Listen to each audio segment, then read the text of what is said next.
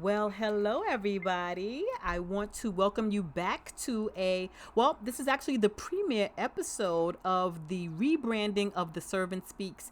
This podcast is now going to be called The Road to Prosperity because I was thinking, The Servant Speaks is great if you already know what the servant is about. But if you don't know that I am a financial coach and I teach economic empowerment and financial literacy, then how would you know what the servant is speaking about?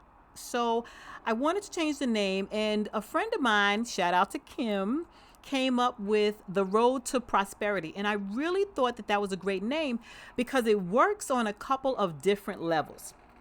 Now, we talk about prosperity mostly in terms of dollars, right? Usually, when people say prosperous, they mean dollars. But we can also talk about prosperity in terms of health, not just wealth, but we're talking about health. We want to talk about our relationships. We want to be prosperous in all areas of our lives. We want to be prosperous in our relationships with our children, with our spouses. We want to be prosperous within our careers, right? We want to be prosperous in our careers. We want to make sure that we are seated in our purpose and that we are accomplishing our goals. So we want to be prosperous on a few different fronts. So I thought that the road to prosperity, since all of us, some way, somehow, are on this road, right? We're all on this road. We all may be in different places. Well, we're all in different places. We all could be maybe tackling different things because even though, my health may be fine, my career may be in a state of flux or my money might be funny. So there are a lot of things that we can be working on, and this is going to be the forum to work on them. Now, again, primarily I work with finance, and I tend to see things through a lens of finance and what the gain and what the benefit is.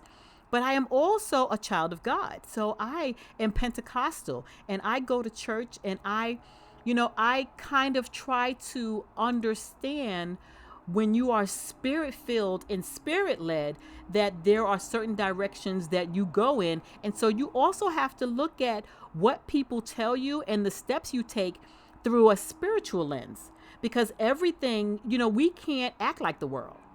We can't do whatever needs to be done. The bottom line, cut to the chase. How does this benefit me? Right? That does not work when you are a child of the Most High God and when He is supposed to be directing your path. Right? It's not whether or not I'm going to invest in Bitcoin or whether I'm going to go into Forex trading or whether I'm going to go, am I going to quit my job and am I going to do this? Or even am I going to, reconnect with my sister who I haven't spoken to in a while? Am I going to be taking care of my parents? How am I going to deal with, my boyfriend or my fiance? All of these things to us, because we are, led by the Spirit, are things that we need to pray on, and then we need to seek confirmation for our choices through the Word of God. So, we'll also be looking at everything that we're going to be talking about through my general lens of finance and how it affects us economically, and also through the lens of spirituality, and in through the lens of being a Christian and how it affects us, and maybe how sometimes our choices are going to be different because of that. Right? Sometimes they're not. They're going to be the same. I mean, because I eat ice cream and it doesn't change because of the fact that, I'm a Christian. But, a lot of our choices are affected, and our, religion needs to be taken into consideration when we make a lot of choices, the bigger choices for us. So, this is going to be the first in a series on Black wealth. If any of you have been following me, I have been really talking about Black wealth ever since, I've been talking about finance, but specifically Black wealth ever since the murder of George Floyd. And it has put, the Black experience sort of in focus for us. And, we always talk about, saving and investing, but we don't necessarily do it through the lens of our Blackness, right? And how there are a lot of things that we have been denied, and we have to acknowledge that there is a systematic racism that rears its ugly head and does not allow us to make a lot of the decisions or the choices that others, meaning white people, have been allowed to make during their lives, right? So we're gonna talk about all of that. We're gonna talk about the housing issues, and when I talk about choices and being allowed to create wealth in this country, I hear a lot of talk about, pull yourself up by your bootstraps, work hard, focus. I mean, even if you do all of those things, if you are not given the opportunity because of the color of your skin, how does that help you? I can get all the education in the world, and at the end of it, all I have to show for it is a whole lot of student loan debt if nobody will give me an interview because my name is Shaniqua, or because they look on my resume and I have an address that's in the hood, or there's something else and I have not whitewashed my resume enough so that you don't know that I am non-white. I mean, these things are being addressed now, so I'm hoping that we will pivot in the future, because I have not really had I don't know about the jobs I didn't get, right? I don't know why I didn't get those jobs. Could it be because I was a black woman? Maybe, maybe not. Maybe there was a candidate who was stronger than I am. I don't know. But I do know that I have not been really systematically excluded from working in, the workplace. And I work in corporate America. But I also know that I am really good at code switching, right? I am very good at altering my presentations of things to fit who I am sitting in front of. Right? So, and clearly, and when you're black, you know exactly what this conversation means. I'm not telling you nothing new. Some of us are better at it than others. Some people are like, I'm me, right? We had this conversation in our 90-day meetings, and we talked about, making sure that you know who you are, because we did a whole series on self-love. And when we know that we have to be, all things to all people, and sometimes we do have to put on, we have to code switch, and we have to put on filters depending on who we are. If we are with this group of people, then we act this way. And if we are with this group of people, then we act another way. But as long as we know who we are fundamentally, all of those things are a part of us. I don't code switch and become somebody completely different. I went to Bronx High School of Science, and if I graduated in 85. So if you know anything about that school, it's predominantly white and Asian. There were a handful of blacks when I graduated, in my graduating class. So, all through junior high school and high school, I had the experience of being taught with multiracial groups of people, whites, blacks, Asians, mixes, just people from all different backgrounds. And so you realize that, everybody's the same. Everybody got their own issues. Everybody feels a certain type of way about a certain type of issue. You know what I mean? And I have mine. And so hopefully I gave them a glimpse into my culture, because I was hanging out with them and we were going out with each other. And then I got a look into their, background. So I never was nervous. I never stuttered. It was a whole thing. So I don't necessarily think that when I code switch that it's not me. It's just the version of me that I know that they will more readily accept. And I'm not drastically different.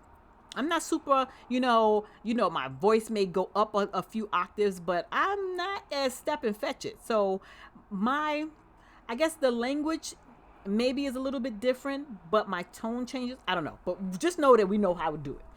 In any event, so I wanted to talk, because we're focusing on the wealth, building black wealth, we want to also talk about the wealth gap. Right now, there's not just a wealth gap. There is an income gap, which is an issue. There's an education gap. There are housing gaps. There are healthcare gaps. There are huge gaps in every single area.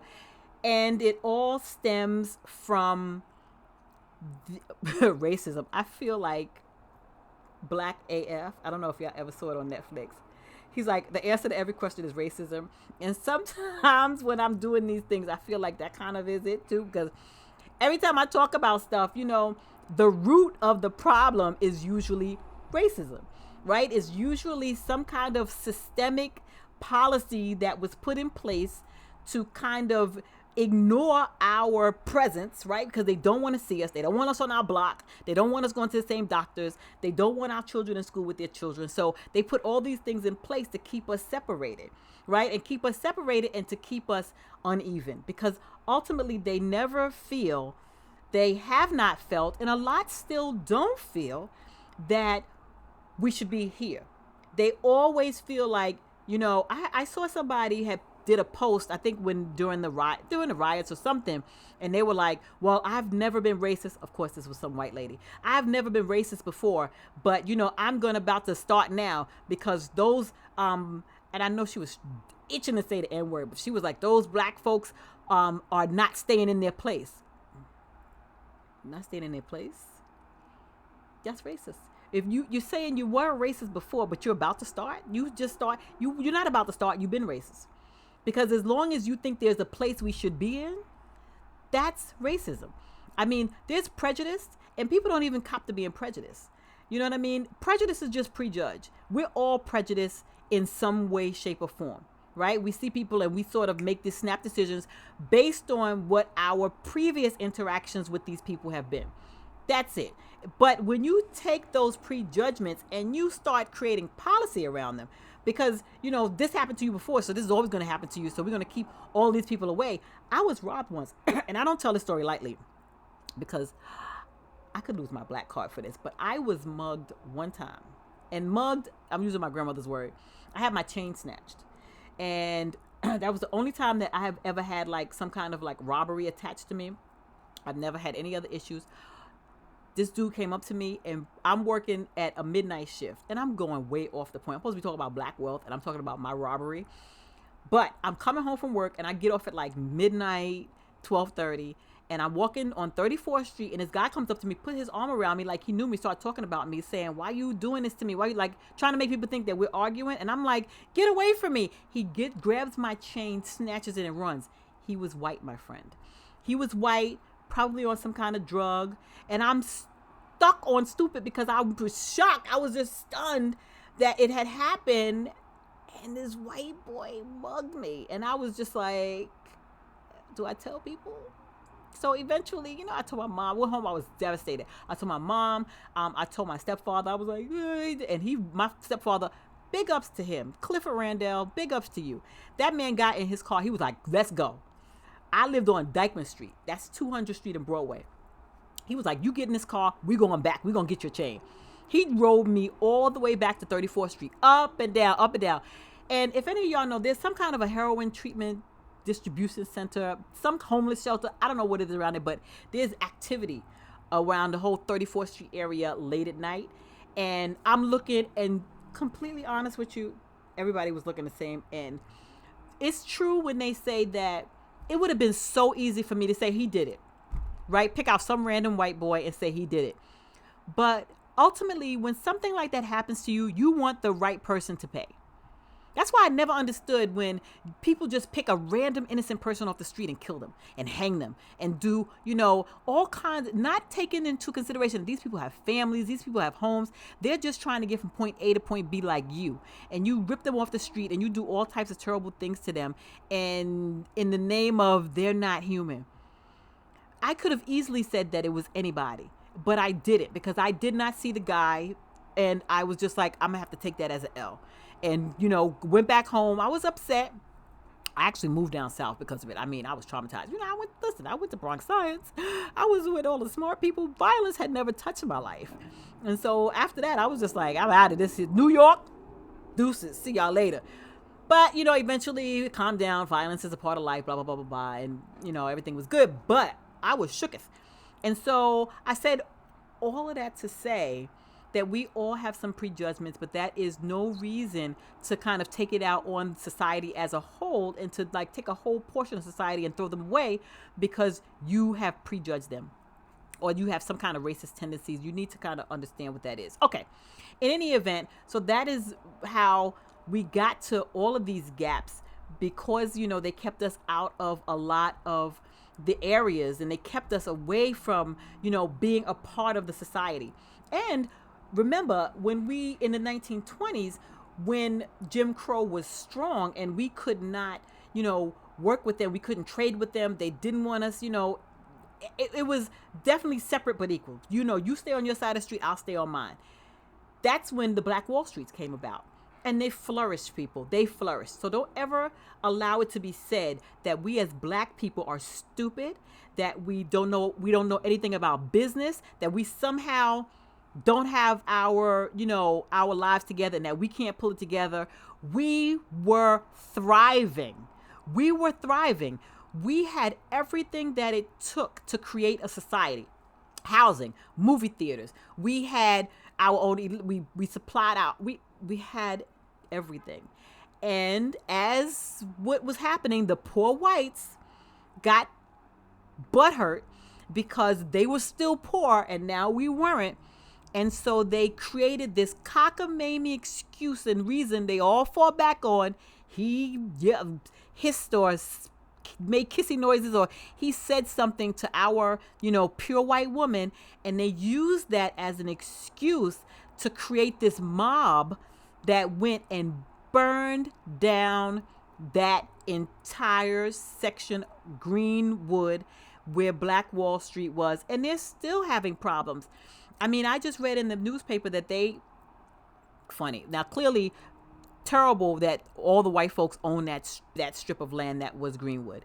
And so but still, black store owners are there for the most part. And so they did one of the Black Lives Matter murals, right? That have been springing up all over. And the Oklahoma Chamber of Commerce decided that it was a good idea to take it down. And I'm saying, don't you know that with the history of Black Wall Street, we're already struggling to get past, we're still struggling to get past it, because as part of the course, they don't want to admit what happened, and they don't want to admit that there was wrongdoing. But you won't even let this mural sit. The mural's on the ground. It's not causing anyone any harm. All black people really shop there. This is an enclave, and it's a symbol of black excellence. Why on earth wouldn't you let it rock? They're doing it to kind of exercise their power. They're doing it to exercise the idea that they still are in control, and they still don't fully believe that Black lives matter.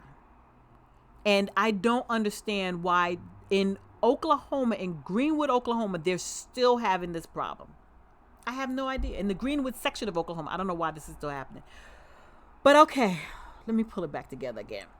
Okay, so it's really, and I have a couple of notes here because this is what I do. I start going off on a tangent. Next thing you know, I'm talking about my robbery and everything else, and I ain't talking about black wealth. So I got my notes here to make sure I stay at least partially on point. Okay, so it has become increasingly clear, and I don't know if the pandemic has put like an exclamation point behind it, but it's become very, very clear that we are falling behind in the wealth gap. We're falling behind. As a matter of fact, we are slowly moving on the path towards zero wealth. And I wanted to kind of let you know that there was a study done in 2016 called The Road to Zero Health. And it took me by surprise when I was reading up on it because, you look and you see like Oprah and you see Tyler Perry and, you see a lot of people, I work as a blogger and I, go to, different events and, you see black folks who are doing, pretty good things and they've got a few bucks and buying houses and Christian Louboutins. And I'm thinking everybody doing pretty well. I mean, there are certain neighborhoods and enclaves that, are still at the poverty level. But I thought that at least as a whole, that we were kind of moving forward. That is not so. As a matter of fact, we are basically where we were in 1968. There was a post that our wealth is similar to that we haven't really made any progress. And it's really telling. And the problem is that when you look at these graphs and you look at how black wealth and how we're accumulating it, they're looking at averages. And there's a little bit of you got to look at the mean. So we were talking about that in my statistics class. The average sort of skews towards the people who have like a lot of money. And I'm going to give you a quick demonstration. So it's sort of like if me, my mom, and Oprah Winfrey, all three of us were sitting here. I have $100. My mother has $1,000. Oprah got $1 billion. If you look at the mean, right? 1, 2, 3, the mean is in the middle. That's the $1,000. So the mean of the three of us is $1,000. So that takes my 100, her 1,000, and Oprah's $1 billion. If you take the average, that means you have to add up all of our money. So that's like $1,100, and then divided by 3. So that's like, I don't know, 333 million and some change or whatever. So the average of all of us is $333 million. Now, my $100, they're not looking at that. My mother's $1,000. So that really, Oprah's $1 billion is what is throwing everything off, because it's making it seem like we're richer than we really are when you start taking the average. And so that's why the average can distort the actual numbers if you are not aware that that is actually what it does. So be very careful when people tell you about averages, because then you won't realize that we are falling behind in wealth, and that we're actually, as a people, a lot poorer than we think we are. And I want to go into savings, because remember, this episode is really the overview. And if you hear noise, just be behind me is a highway, and I'm trying to block out the noise. I closed the window, I turned the air off. I'm about to start sweating soon. If you can see, I'm starting to mist up, but I'm trying to keep the noise down. But there's going to be like horns and stuff, so just kind of try to bypass that if you can. But yeah, so we've had our first black president. We've got the Oprahs, we've got people with money. So it's shocking that it seems like we're still poor. Also, don't forget, Joe Biden has chosen Kamala Harris to be his VP running mate. So, I mean, now I know that, who was this? Carlotta Bass was actually the first black woman to run for vice president. I get that. But they wasn't doing that to win. They knew they weren't going to win. They did that to prove a kind of a point. But we still give her the big up, because she was the first black woman to be a vice presidential nominee. So we give it up to Ms. Bass. But Kamala, is really set to win, because if we are as ready to get Trump out as we say we are, then Biden and Kamala are in. Not that Kamala doesn't have issues, and I want to get that out there, because I do know that it's been a lot of chatter, and I understand what that means. But you have to look at it in terms of, we have to remove this man from office in the next couple of months. We have to vote and get him out. So Kamala may have issues, but ultimately that pales in comparison to what another 4 years will look like under Trump. So let's just get that out of the way. All right. So now, how can we have all of this, right? Black presidents, black vice presidents. We've had, we have the Oprahs, we have the people the basketball players who are making tons of money, the actors making money, everybody's making money, black HBCUs, people are graduating from colleges. How can we still be so poor? How can we still be in a position where we're like 1 or 2 paychecks away from poverty?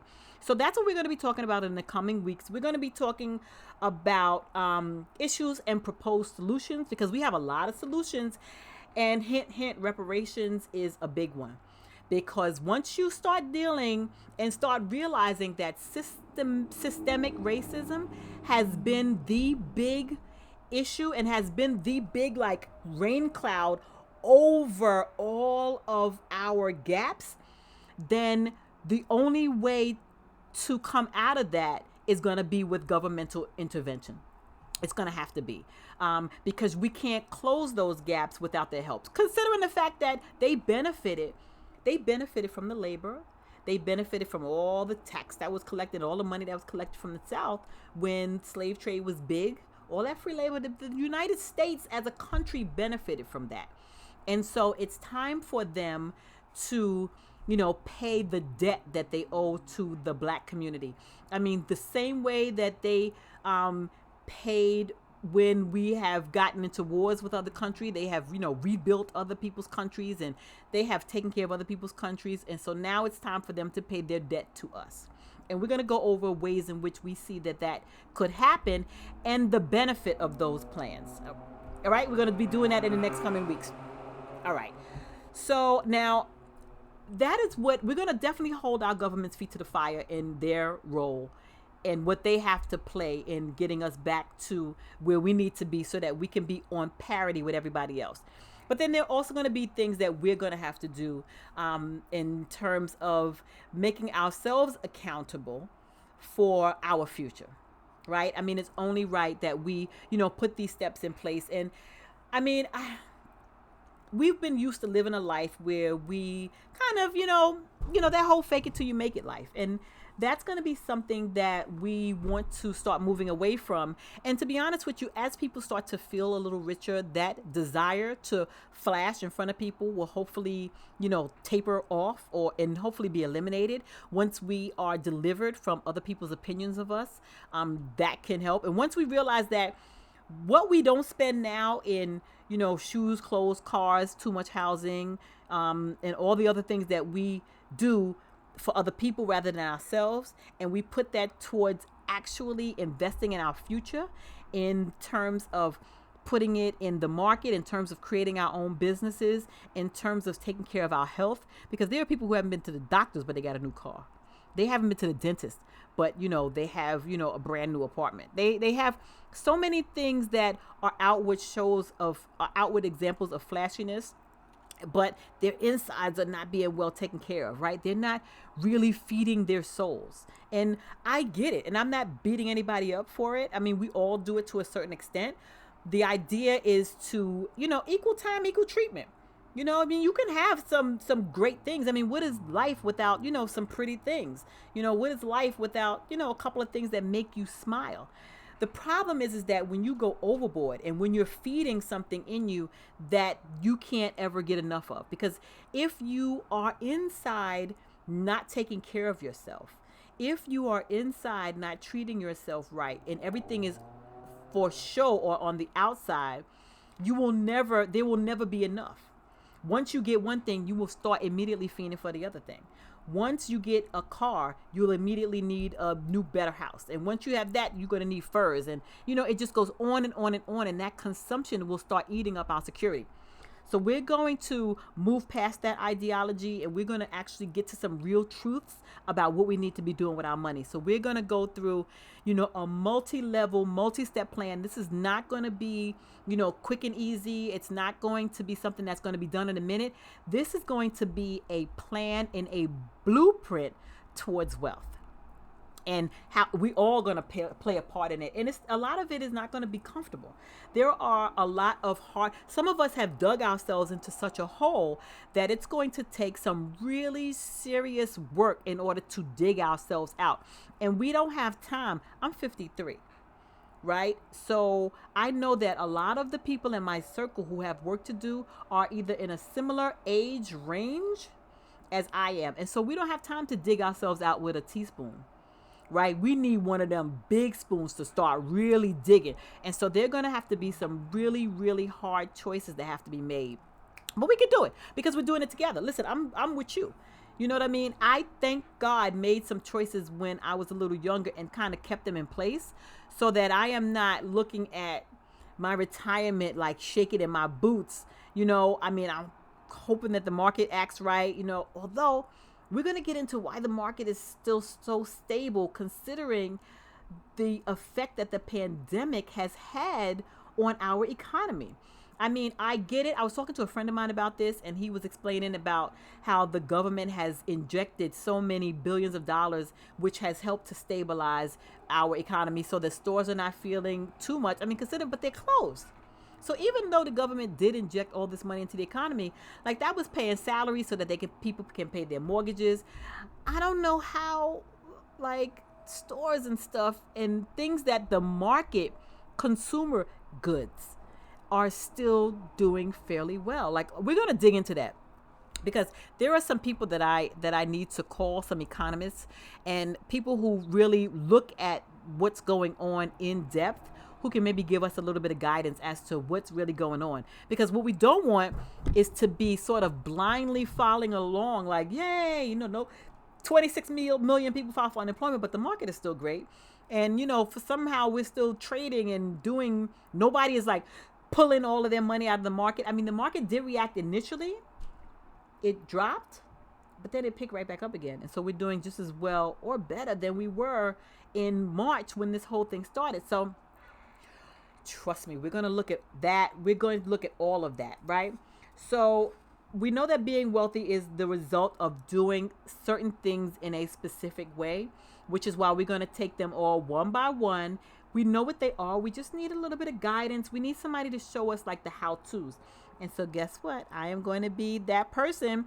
And now I'm going to speak that into your life. I am going to speak prosperity. I am going to speak wealth. I'm going to speak health.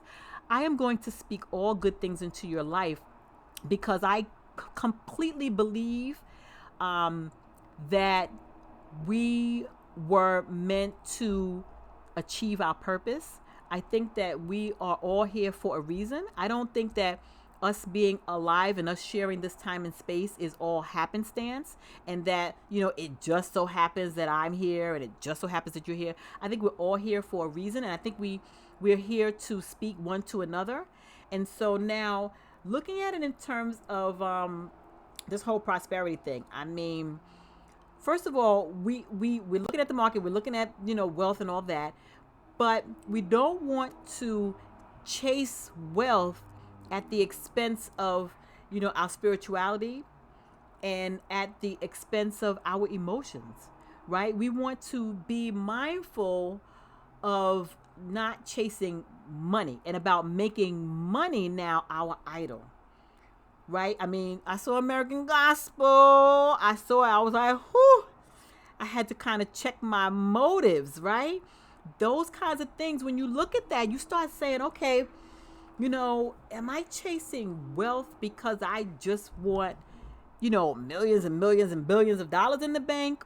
Or am I even chasing wealth? Like, I don't know that I feel like I'm chasing money. I feel like I am trying to make sure that we all have a sound idea about the way that the world of finance works, and that we're all kind of doing our part so that once we get to where we can sustain our households. We don't have to worry about when our next meal is coming. We don't have to worry about how we're going to pay our mortgage or our rent. We don't have to worry about whether we can send our kids to school. We're going to talk about student debt too, because there's something that the government can do about these student loans, because that's another thing, because we didn't have access to education, and now we're piling on all of this, student loan debt, and that's also a problem. But, in the scheme of spirituality, we want to make sure that our motives are clean, that our hands are clean, and that we're not grabbing money with two hands and not leaving space to pray.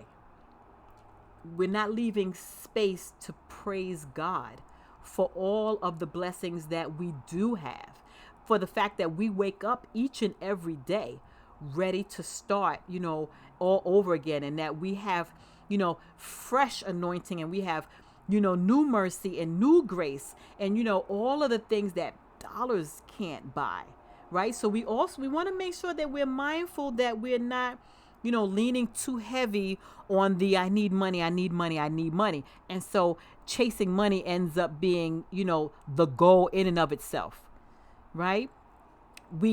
There are things that we need to do for the kingdom that we need money in order to do, right? There are things that we need to do. Like, I couldn't be on this podcast. Your preachers couldn't preach. There are so many people who are doing this good work who couldn't do it if now I had to really be at Walmart making, whatever I'm going to make in order to pay my rent.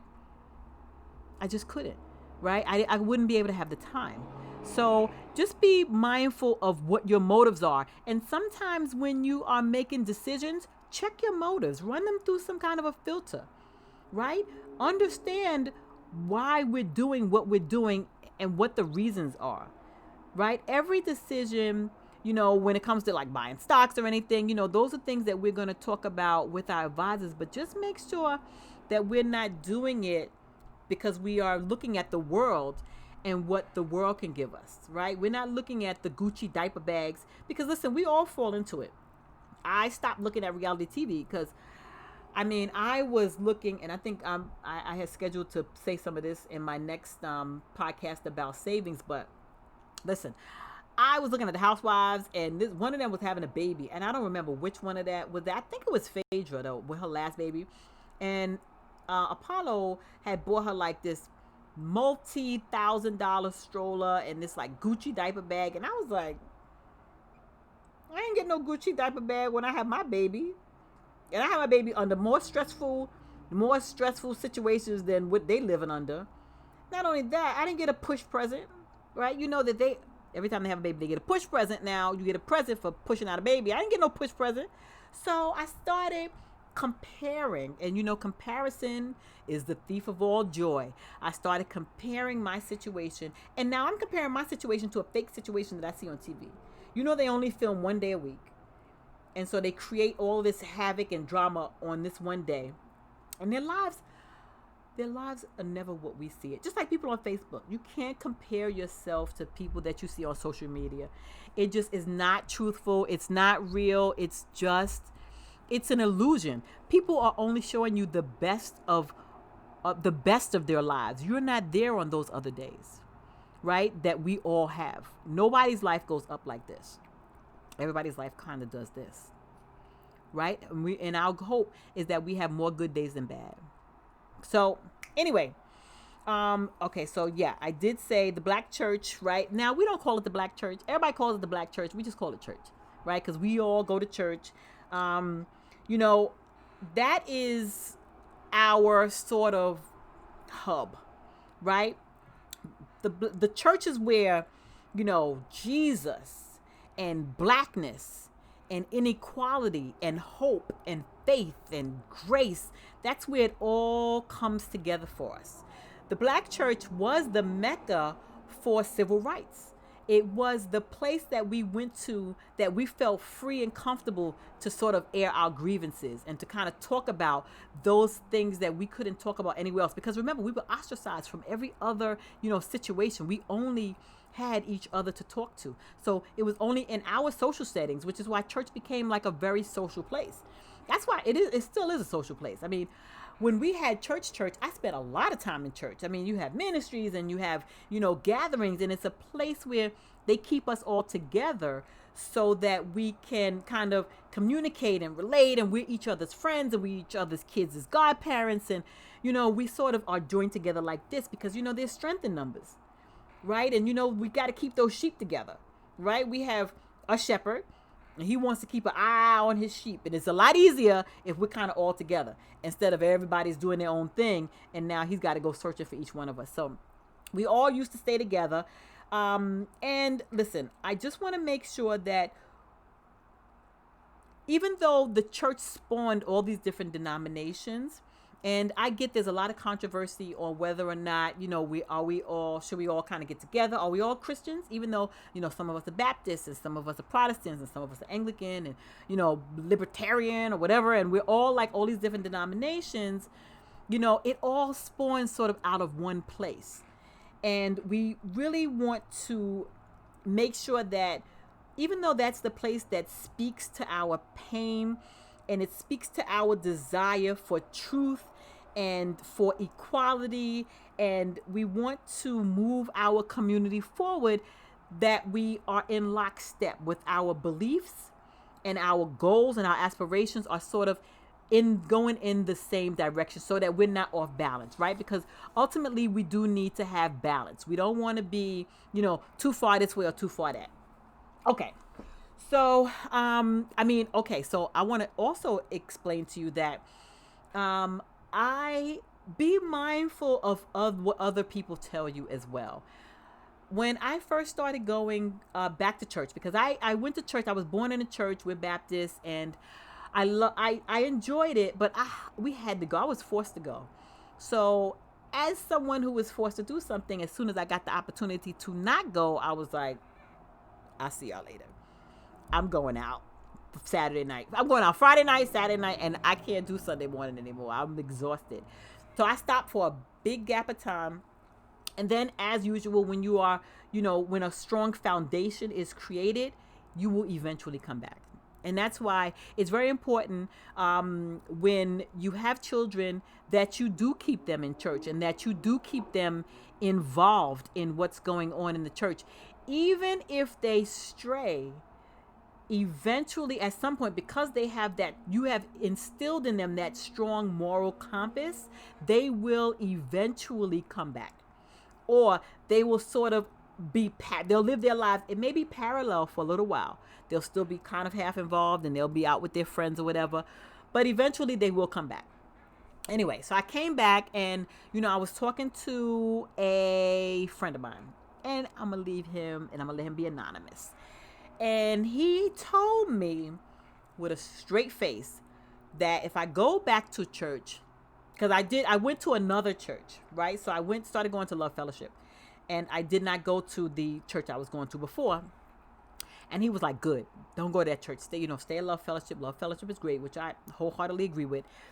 But he said to do that because the church that I was going to before wasn't prosperous.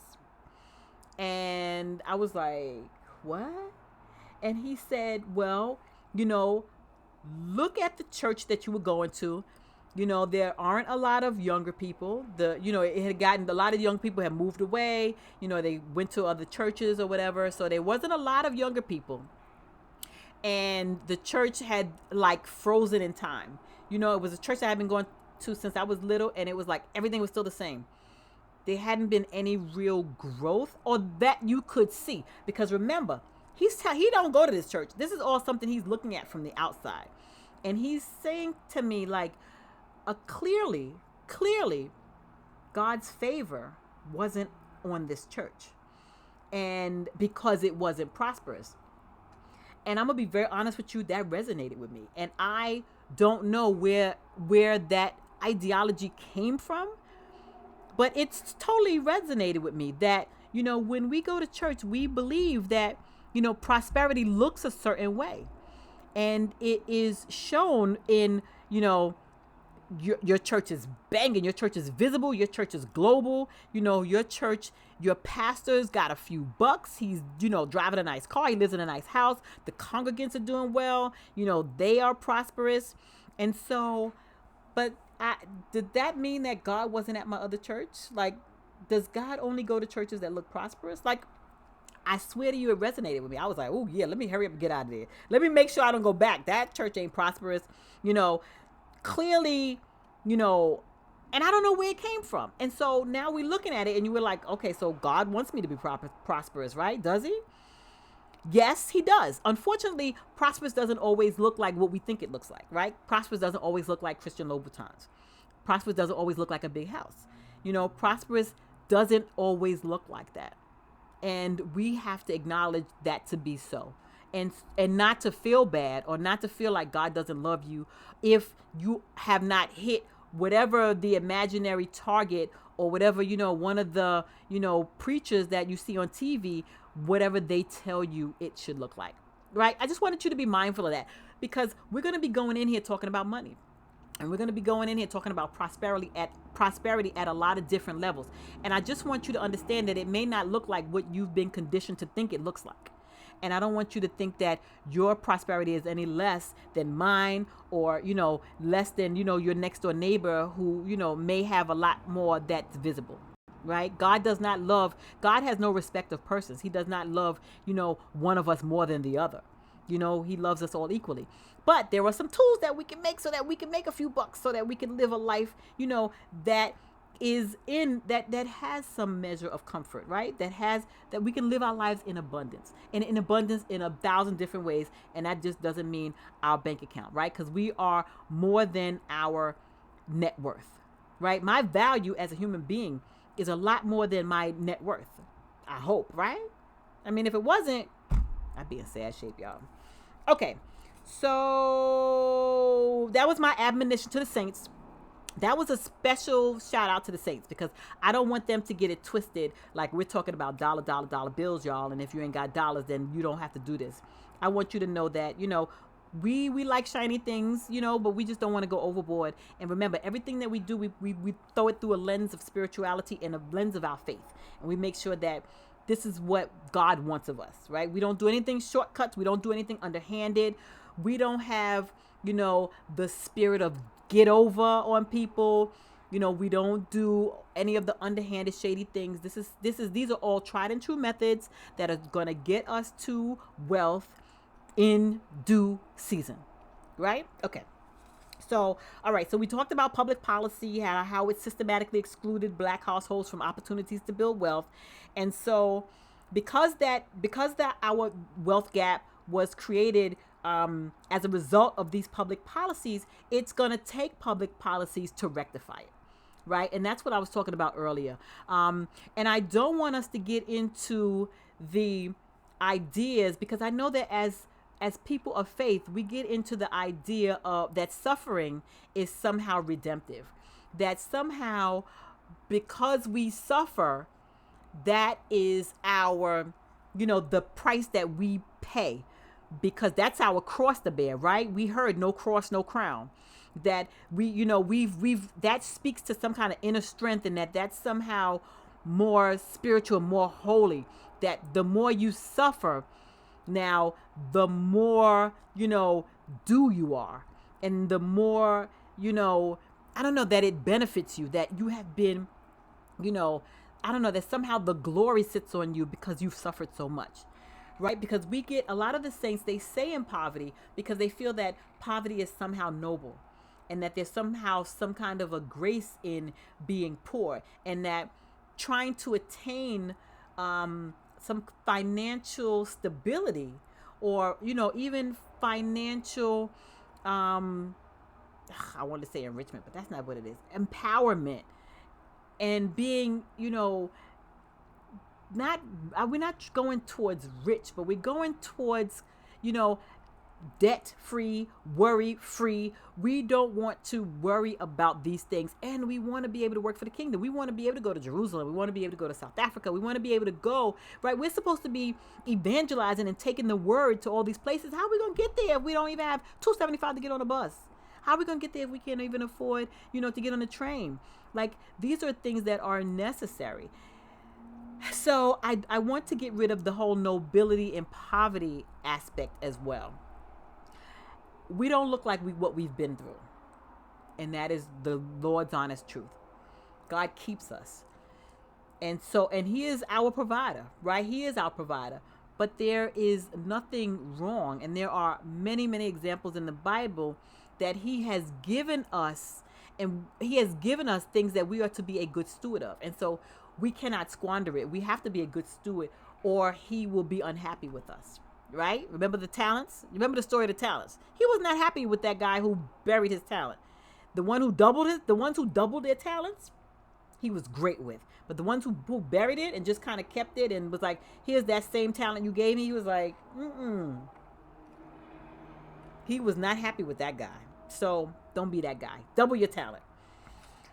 Okay, so I think we talked about everything that I wanted to kind of get out as far as what we're going to be talking about. I also wanted to explain to you how we're going to chat about the housing gap. Actually, I may save this story for that one, because I think we're running out of time. We have 48 minutes. So I wanted to talk to you about a woman who, a black woman married to a white man, who went and got her house appraised. And I'm going to save that for the when we talk about housing, because housing is going to be its own thing, because homeownership is a path to wealth. But if I already set it up, she's black, her husband is white. They were selling their home. They had to get an appraisal, and it went down from there. So it's a whole story, and I want you to be aware of it, because you can lose money when appraisers look at you and they see you a certain way. And so because you may be a person of color, in their mind, that devalues your house. And that devalues everything. right? If they sometimes there are some people they see you and because you're black, they devalue your education. They devalue the house you live in. They devalue what you bring to the table. So we're going to be addressing all of these things in this series, and I feel like it's going to be like 6 parts because I do feel like we're talking about this overview. We're going to get into debt. We're going to get into investing and saving. We're going to get into home ownership. We're going to get into entrepreneurial endeavors. We're going to get into it all. We're going to get into relationships. You know what I mean? Because that's another way that we have to deal with our prosperity, because we also have to be prosperous in our relationships, because a lot of what we talked about is based on having good relationship, right? I mean, being a business owner, investing, you got to know who to go to, where to go to, who to listen to. Be careful about what everybody puts into your ear. My pastor always tells us to be mindful of your ear gate, because people will do this and don't know what they're talking about. People who don't make no money will tell you how to run your business. And when you want to see the receipts, they got none. But they can tell you that what you're doing is wrong, or they can try to give you advice on something that they know nothing about. So I think this is it. I think that the setup is there. And we're going to dig into all of these things in their own, because we were at 50 minutes. And I feel like if I keep going, we're just going to go on and on and on and on. And I don't want to, because I don't want to halfway talk about stuff. I want to we're going to take one topic and we're going to drill down into it so that you can get a clear understanding. All right. So this is Teresa. I'm still your servant. I am signing off, the first of a series on Black wealth. We are going to do this together, y'all. We are going to do this together. So stick with me, because we're on the road to prosperity. We're all going to get there together, because it doesn't pay for me to get there if I don't bring you with me. Right? Because I'm going to be there by myself, dancing around in a circle. It'll be me, Oprah, Tyler Perry. We're going to be all there together, and I need other people. Because Oprah and Tyler, I don't think they believe like I do, so I need y'all. All right? All right, so I will talk to you all next week. Stay tuned. It's going to be good. Bye.